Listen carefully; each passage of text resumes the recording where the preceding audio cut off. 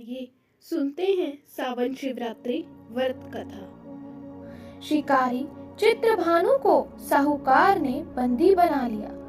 वहाँ शिवरात्रि की कथा का वर्णन शिव पुराण में मिलता है, जिसके अनुसार पुरातन काल में एक शिकारी था जिसका नाम चित्रभानु था।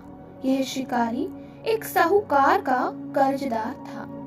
कर्ज ना दे पाने की स्थिति में साहूकार ने उसे एक शिव मठ में बंदी बना दिया। संयोग से जिस दिन से बंदी बनाया उस दिन महाशिवरात्रि थी। साहूकार ने इस दिन अपने घर में पूजा का आयोजन किया। पूजा के बाद कथा का पाठ किया गया। शिकारी भी पूजा और कथा में बताई गई बातों को ध्यान से सुनता रहा। शिकारी ने साहूकार से ऋण चुकाने का वादा किया। पूजा कार्यक्रम समाप्त होने के बाद साहूकार ने शिकारी को अपने पास बुलाया और उसे अगले दिन ऋण चुकाने की बात कही। इस पर शिकारी ने वचन दिया। साहूकार ने उसे मुक्त कर दिया। शिकारी जंगल में शिकार के लिए गया। शिकार की खोज में उसे रात हो गई। जंगल में ही उसने रात बिताई। फिर शिकारी एक तालाब के किनारे एक बेल के पेड़ पर चढ़कर रात बिताने लगा। बेल पत्र के पेड़ के नीचे एक शिवलिंग था जो बेल पत्रों से ढक चुका था। इस बात का शिकारी को कुछ भी पता नहीं था। आराम करने के लिए उसने बेल पत्र की कुछ शाखाएं तोड़ी। इस प्रक्रिया में कुछ बेल पत्र की पत्तियां शिवलिंग पर गिर पड़ी। शिकारी भूखा प्यासा उसी स्थान पर बैठा रहा। इस प्रकार से शिकारी का व्रत हो गया। तभी गर्भिणी हिरणी तालाब पर पानी पीने के लिए आई। हिरणी को शिकारी ने जाने दिया। शिकारी ने धनुष पर तीर चढ़ाकर हिरणी को मारने की जैसे ही कोशिश की, वैसे ही हिरणी बोली, मैं गर्भ से हूँ, शीघ्र ही बच्चे को जन्म दूंगी। तुम एक साथ दो जीवों की हत्या करोगे, यह उचित नहीं होगा। मैं अपने बच्चे को जन्म देकर शीघ्र ही तुम्हारे पास आ जाऊंगी, तब तुम मेरा शिकार कर लेना। शिकारी ने तीर वापस ले लिया। हिरणी भी वहां से चली गई। धनुष रखने में कुछ बिलव पत्र पुनः टूटकर शिवलिंग पर गिर गए। इस प्रकार उससे अनजाने में ही प्रथम प्रहर का पूजा पूर्ण हो गई। कुछ देर बाद एक और हिरणी उधर से निकली।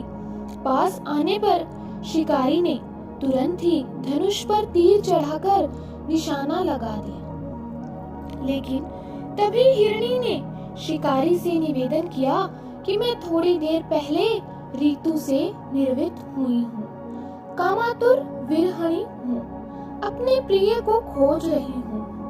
मैं अपने पति से मिलकर तुम्हारे पास आ जाऊंगी। शिकारी ने इस हिरणी को भी जाने दिया। शिकारी विचार करने लगा। इसी दौरान रात्रि का आखिरी प्रहर भी बीत गया। इस प्रकार भी उसके धनुष से कुछ बेल पत्र शिवलिंग पर जा गिरे। इस प्रकार उसके द्वारा दूसरे प्रहर की पूजन प्रक्रिया पूर्ण हुई। इसके बाद तीसरी हिरणी दिखाई दी जो अपने बच्चों के साथ उधर से गुजर रही थी। शिकारी ने एक बार फिर से धनुष उठाकर निशाना साधा।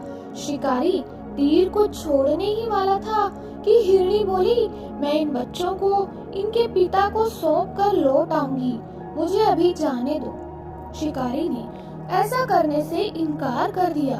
उसने बताया कि दो हिरनियों को मैं छोड़ चुका हूँ। हिरणी ने कहा कि शिकारी, मेरा विश्वास करो, मैं वापस आने का वचन देती हूँ। शिकारी को हिरणी पर दया आ गई और उसने उसे भी जाने दिया। उधर भूखा प्यासा शिकारी अनजाने में बेल की पत्तियां तोड़कर शिवलिंग पर फेंकता रहा। सुबह की पहली किरण निकली तो उसे एक मृग दिखाई दिया। शिकारी ने खुश होकर अपना तीर धनुष पर चढ़ा लिया।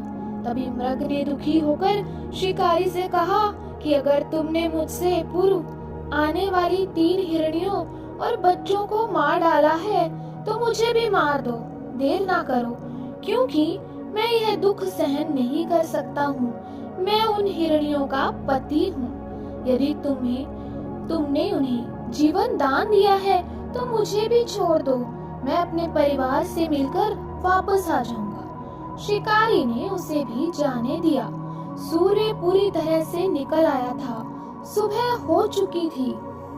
शिकारी से अनजाने में ही व्रत, रात्रि जागरण, सभी प्रहर की पूजा, शिवलिंग पर बेलपत्र चढ़ाने की पूजा पूरी हो चुकी थी। भगवान शिव की कृपा से इसका फल तुरंत प्राप्त हुआ। भगवान शिव की कृपा से शिकारी का हृदय बदल गया, उसका मन निर्मल हो गया। कुछ देर बाद ही शिकारी के सामने संपूर्ण मृग परिवार मौजूद था, ताकि शिकारी उनका शिकार कर सके। लेकिन शिकारी ने ऐसा नहीं किया और सभी को जाने दिया। महाशिवरात्रि के दिन शिकारी द्वारा पूजन की विधि पूर्ण करने के कारण उसे मोक्ष प्राप्त हुआ। शिकारी की मृत्यु होने पर यमदूत उसे लेने आए तो शिवगणों ने उन्हें वापस भेज दिया। शिवगण शिकारी को लेकर शिवलोक आ गए।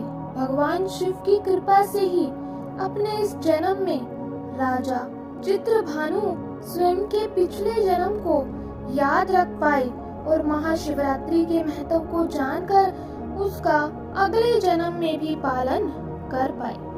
तो अगर आप भी शिकारी की तरह मोक्ष प्राप्ति चाहते हैं तो सावन शिवरात्रि के दिन इस कथा को जरूर सुने। तो बोलिए भगवान शिव की जय।